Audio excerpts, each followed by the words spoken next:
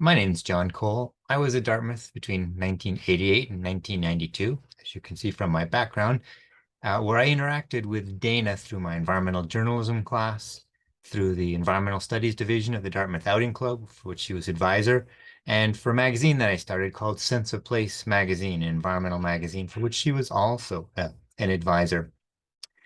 And now, 30 years later, I want to say that Dana's a lot more holistic in her thinking and her living than I think many people give her credit for.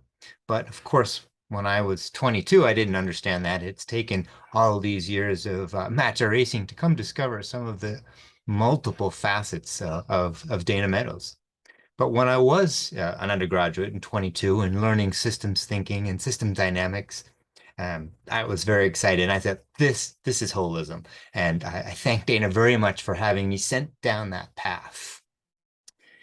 But after I graduated, a couple of years later, then I went to graduate school at Yale and had a professor who showed me how to integrate natural and cultural data. It's like, wow, this is even more holistic. And then I think back, well, Dana had been doing this for many years. I mean, Limits to Growth was precisely this.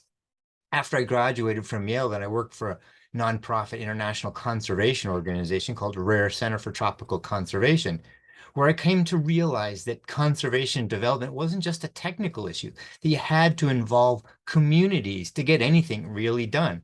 But of course, Dana knew this from a long time ago. She had already created her own intentional community in Vermont that still exists today. Later still, I ended up living where I am now in Costa Rica. I became very interested in organic gardening and its relationship to community development. And once again, Dana had already been organic gardening for decades. Later in my professional work, I came to discover Ken Wilber, the philosopher Ken Wilber, and his integral theory, and the utmost importance of integrating our interior dimensions with exterior dimensions, the objective things that we measure in science typically, to more fully understand humanity's problems. And Dana had already been talking about interior dimensions forever. You look at her writing, she talks about love and consciousness and belief systems and culture, all these internal things that you can't physically touch that are so important to the human endeavor to understanding environmental and developmental problems. And I don't think she even ever read Wilberg. I've never seen any reference to him in her writing.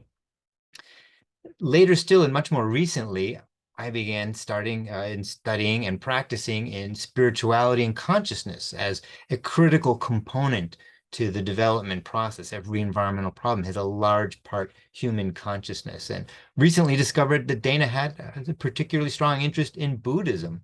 In fact, her general orientation was spiritual, even though she may not have had any particular formal practice. The very fact that she gave up her tenure at Dartmouth to write and raise consciousness, which is what spirituality really does, I think is an indication of that deep spiritual connection she had to nature and to all of humanity and existence itself.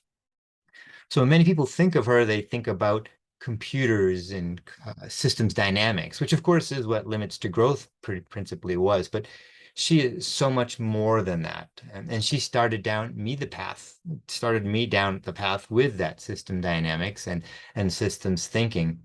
And that path has brought me to ever more deeper or more nuanced understanding of what is holism. And that's what I do now professionally in my nonprofit work with heritage conservation and my own writing. And I'm quite sure I would never have got to this point if it weren't for Dana's influence early on.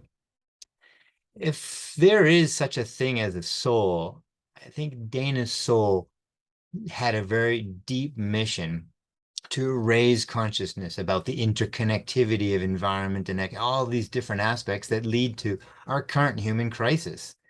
And if, in fact, there is a soul, then I have no doubt that her soul is still on this mission, whether it's in another form here on Earth or somewhere else in the universe. I am very sure that Dana and her soul will not rest until there is peace for all.